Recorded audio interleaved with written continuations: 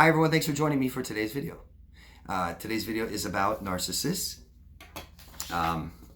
It's about what happens after the relationship ends. After a borderline, narcissist, sociopath, psychopath, or someone that doesn't even have a personality disorder.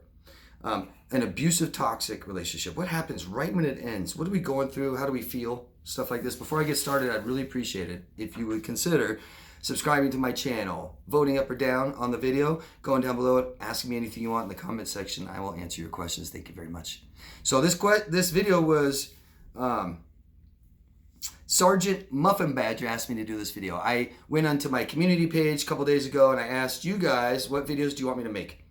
And you guys really gave me a ton of ideas. Thank you very, very much. Something I noticed a lot of is, I think almost everything everybody asked for, I've already made multiple videos about.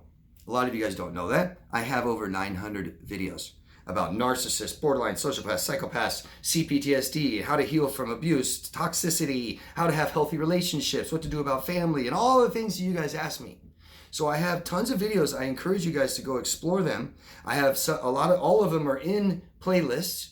I have borderline personality disorder playlist. I think there's 50 videos in there. I've got histrionic playlist. I've got healing cptsd, which just covers everything that you guys feel and is experiencing and stuff like this in abusive, toxic relationships. Okay, so please explore those. I appreciate you for doing that, but I'm always going to keep making more videos about the same topics. I'm going to keep rehashing. I got accused once of doing that. It's like, yeah, I do that. I'm not going to make one video about something and 5 years, later just go, nope, I already did. I always try to add new information too. So this was asked by Sergeant Muffin Badger. Here's what he asked. The first 4 weeks after leaving the BPD or NPD. Basically, what goes through our minds and how we react to the trauma bond after it is broken. So let's get into it. I won't cover everything. I've done years and years of research on this. Most of this is off the cuff. I just started writing, okay? I actually just read this an hour ago, this question. So there's gonna be a lot I might leave out. Feel free to add in, okay? You guys, tell me. This is for viewers. So I leave something out, you guys add it. That's great, it's just more information. I also want to say that just because one of these things didn't happen to you doesn't mean, I'm not trying to invalidate your experience. You don't even need to say it. You can if you want, I encourage you to. But I'm going to go over just typical reactions, what the typical relationship looks like, how it ends, and what we do typically. We are all different. We all have different brains and we all react differently. Nobody has the same experience, okay? And I know that we all want to say that these people are textbook and maybe what we experience is textbook, but it isn't. Okay, it's all very unique.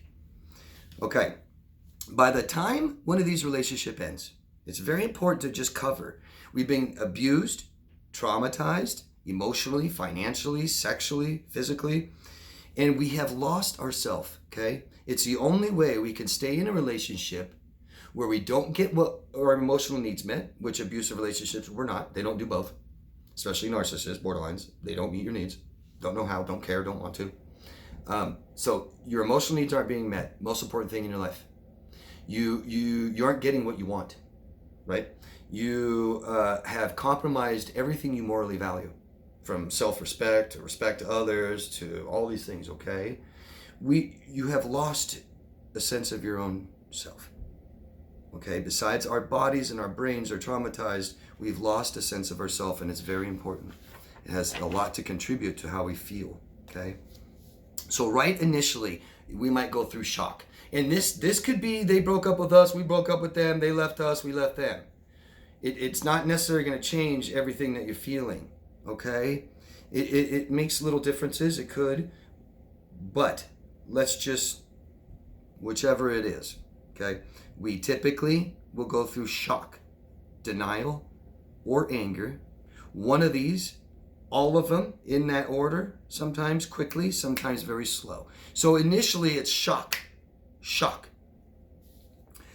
Beginning stages of grieving, okay? This is a loss.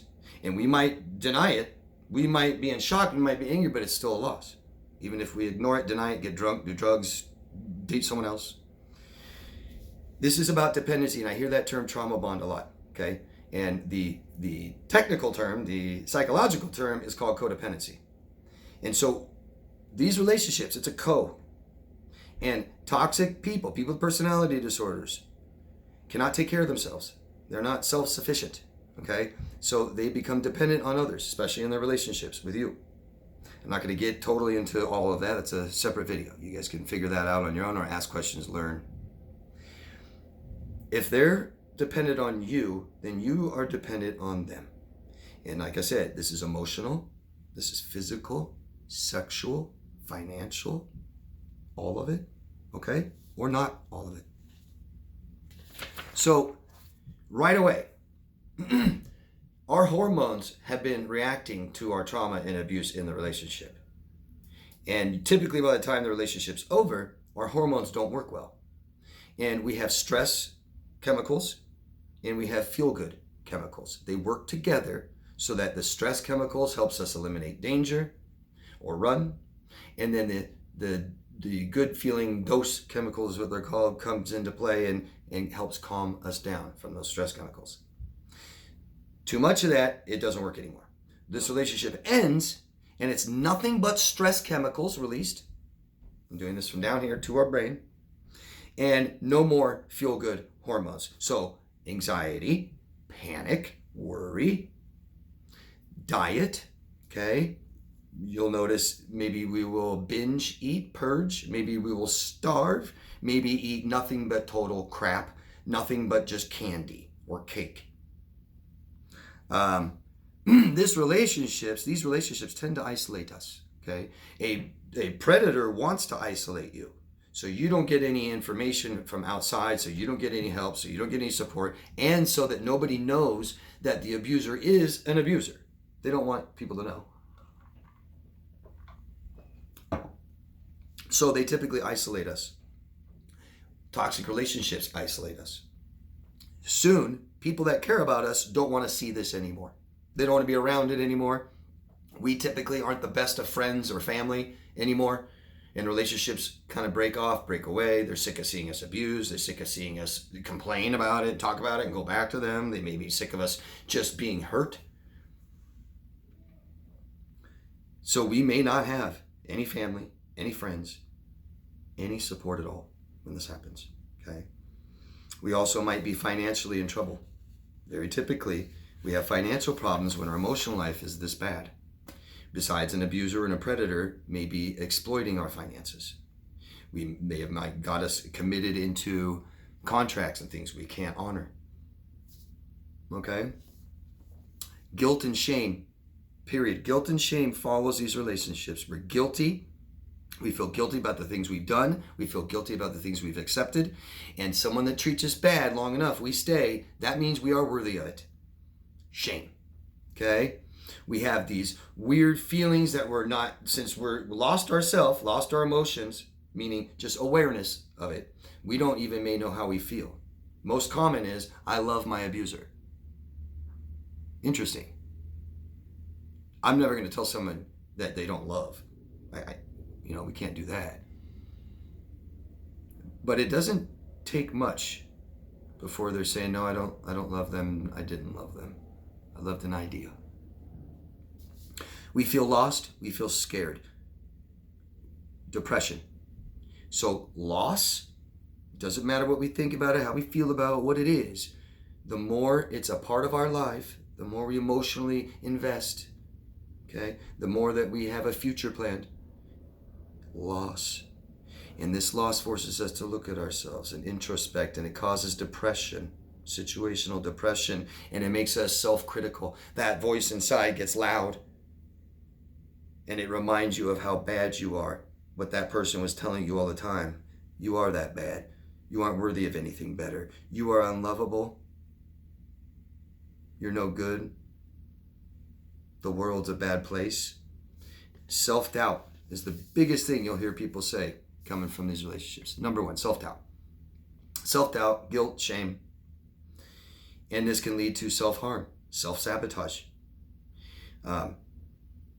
suicide. Number one cause. we are extremely, extremely vulnerable. This is the time that we might have another abuser in our life. These make us feel unstable. We don't have a life, okay? Having an unstable sense of ourself and being emotionally unstable and not having a social life means we become impulsive. And so we do things right away that we aren't thinking about. We may quit our job, start a new job, quit relationships, start new relationships, move. Extreme impulsivity right away. Boom, boom, boom, boom. Hardly even think about it. Think, feel, action. Like that. We also become obsessive and compulsive. A lot of people exhibit OCD traits or have OCD. Obsessive compulsive thoughts, rumination, obsessing on the person we lost, watching narcissist videos, borderline videos, nonstop talking about our experiences, but not in a constructive way. We become hypervigilant. We might believe or ask ourselves, is everyone bad? Isolating us even more. We may find ourselves immersing in new relationships, our job or work, caring for someone else. Very, very common. We want and we're looking for to talk, for someone to listen, someone to validate what happened, to make sense of it, to say, I'm so sorry, for someone to have compassion, for someone to empathize with us. And I can't imagine that happening. Someone to actually sympathize with us and cry with us. That's unbelievable. I can't believe that happened to you, that someone is so bad to you. Don't we? And then we doubt that even when we believe our stories, we might feel guilt and shame of telling them. We're looking for love because we lost the love for ourselves. We might be looking for someone else to take care of us.